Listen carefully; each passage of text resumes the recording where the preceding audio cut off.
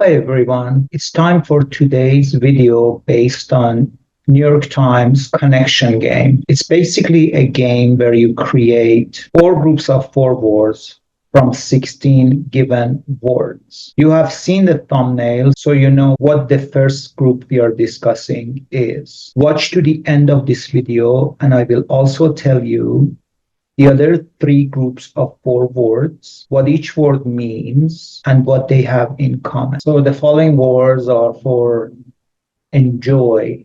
First one is fancy.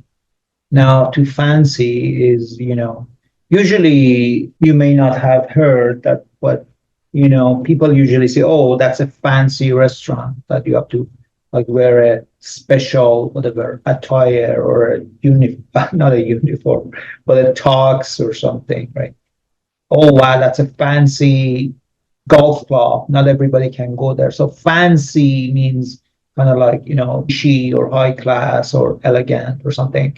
So that's the simplest form of the word fancy, what fancy means. But also fancy means, can you use a fancy font? Fancy, kind of like special, like, not just normal. But then the word fancy, the verb fancy, it means enjoy. And then, you fancy her. Then do you like her? Do you find her attractive?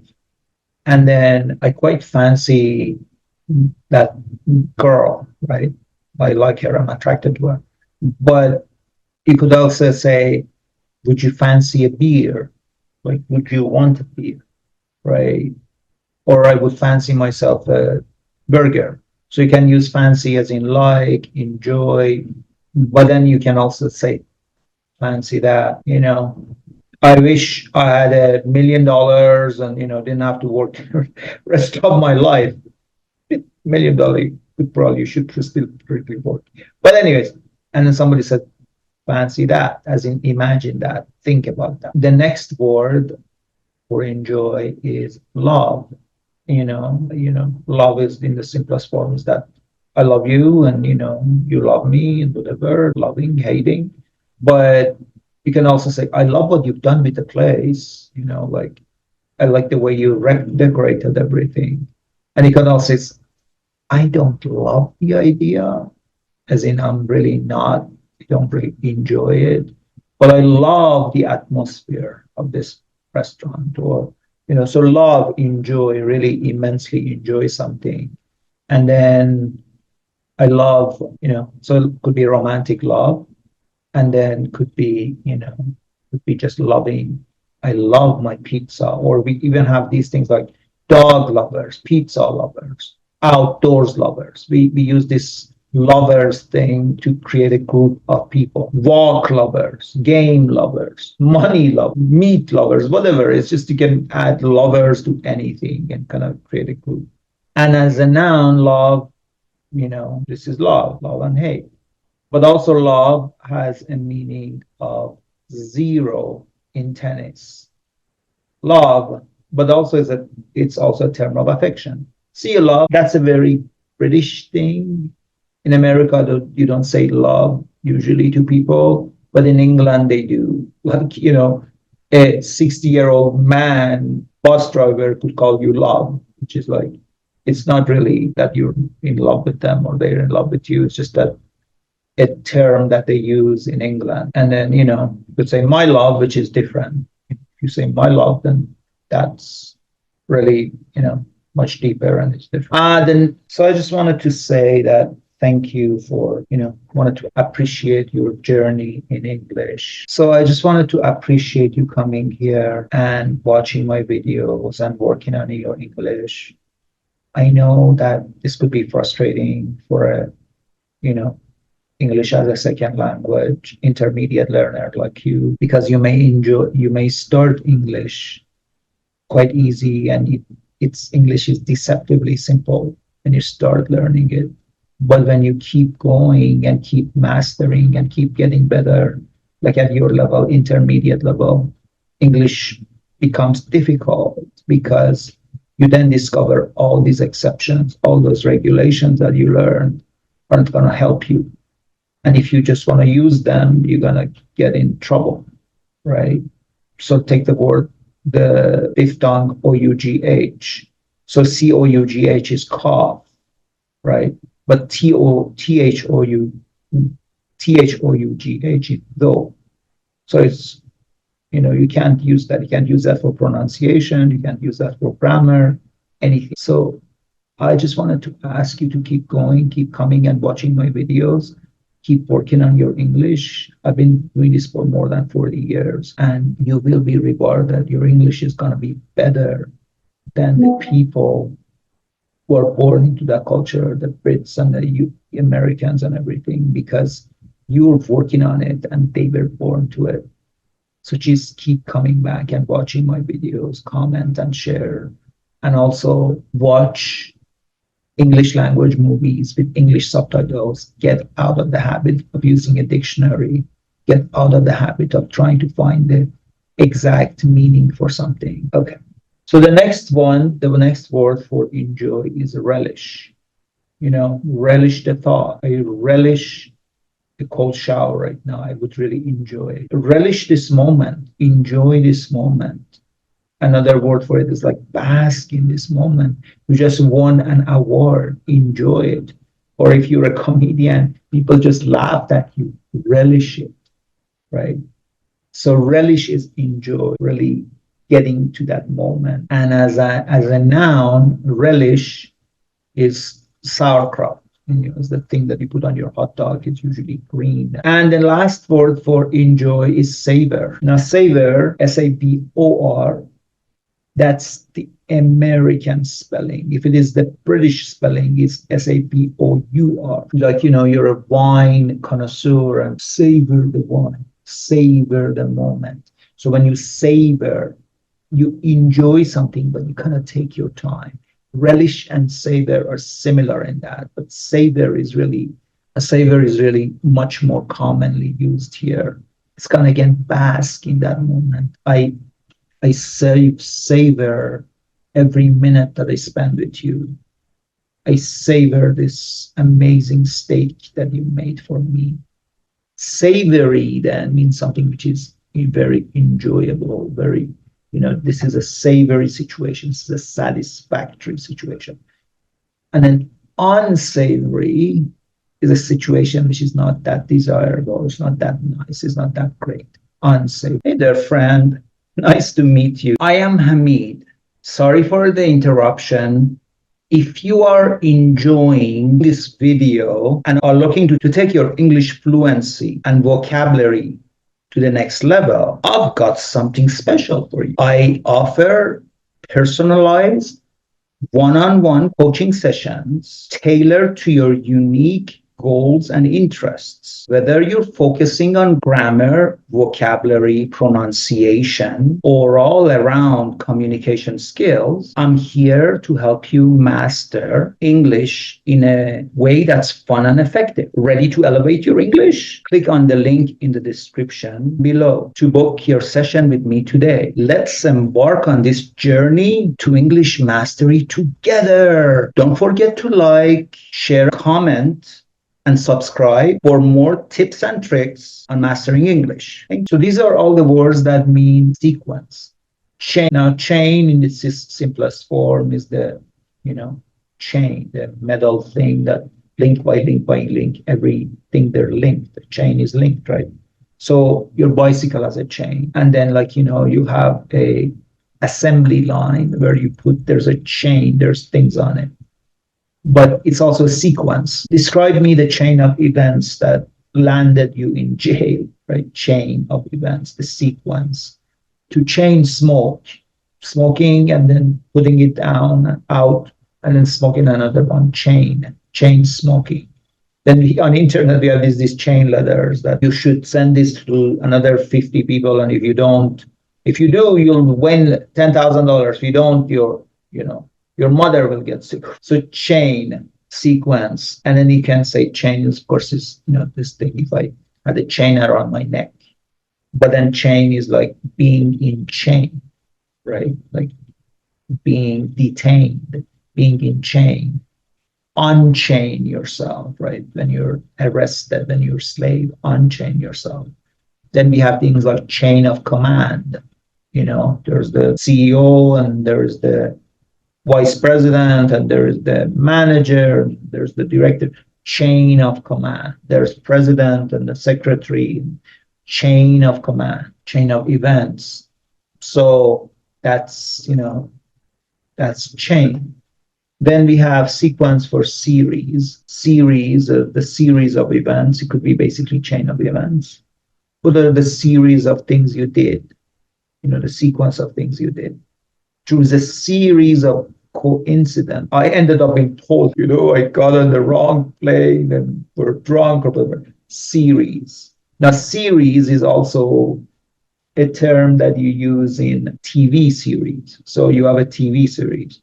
Like my favorite TV series, Sense8, series, right? It's something, episode 1, episode 2 is a series. So that's a series. And then the next sequence is string, So now a string is, of course, this thread. It's the simplest form is a string, is a thread. Kind of like, everything, the word is on a string around like whatever little finger or something. String. And then here is sequence, string of events, string of, friends or whatever. And the thing is that, so string in computer science, string is a type of a, like my name or the name of this channel, Playful Polyglot is a string of letters.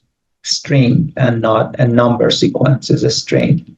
String theory, one of the fanciest theories in physics. And then string can also be a verb, like chain. String a sentence together for me. I went to bed. Good. String, string a sentence. String words and create a sentence. String letters and create a word. String words and create a paragraph. String paragraph and create a chapter. String chapters and create a book. String, putting things together. And then finally, word for sequence is train. I lost my train of thought, right? I was thinking of something, train of thought. You have a train, a locomotive in front, then the whole train, and each train is made of cars, right? There's train. That's train as the object sequence, So then we have the verb to train yourself, practice, exercise. This is training right now. It's not the actual thing. This is not the actual battle. You're in training. I have been training. So to train, this is my personal trainer. He helps me do exercises. Trainer, right? He's doing the training for me. He's training me. Okay. So the next group, they are called heteron. So that means that they can be pronounced differently and have different meanings. It's called heteron. And bass, so BASS is it's a fish, right? Bass fish. But if you pronounce that bass guitar, that's a type of a fish. It's the same thing. BASS. Bass fish, or bass guitar. They're both written the same way, pronounced differently, have completely different meanings. DOVE, dove. If you say dove, means the bird, right? It could be a dove, a beautiful bird. That's a dove. The dove soap, it's like the bird, kind of like a pigeon, dove, pigeon. They're similar. But dove is the past tense of dive. So I dive, I dove in. So when you dove, you went in. You don't say dived, say dove. And you don't say dove, you say dove. I dove in. I went really in. I went deep. I went profound. Dove. Dive in. I dove in. And good dove means that could be literal, you dove and you went in the water, or it's just kind of like took a dive, take a dive. But also dove as in go emotionally or go internally or intellectually dove. And then we have heteronyms is desert and desert. Okay. So desert means the Sahara. Right? This is the Sahara. This is the, desert, like dunes and sand and no water. That's a desert. But desert means to leave, to abandon, right? And I'm not even talking about dessert. This is what's for dessert. That's a different word. And, that means pastry that you eat after 4. But this is DESERT. Desert means, outside the Sahara with the sand and the dune. But desert means to abandon, to leave. And dessert means what you can eat, but that's a different spelling. DESERT. Whereas that dessert that you eat for food is DESSERT. And deserted means abandoned. And then wind, the last heteronym is wind, blow in the wind. That's wind. But to wind, the wind is not a verb, it's always a noun. And you can say windy. That, Chicago is known as the windy city because there's a lot of wind. But WIND could be wind, rewind, and wind, right? And then wind, the past tense of that is wound up, right? And then, it gets confusing when you see that there's also wounded, which is another one with WOUND, but then ED means injured. But wind, to wind something, wind it up.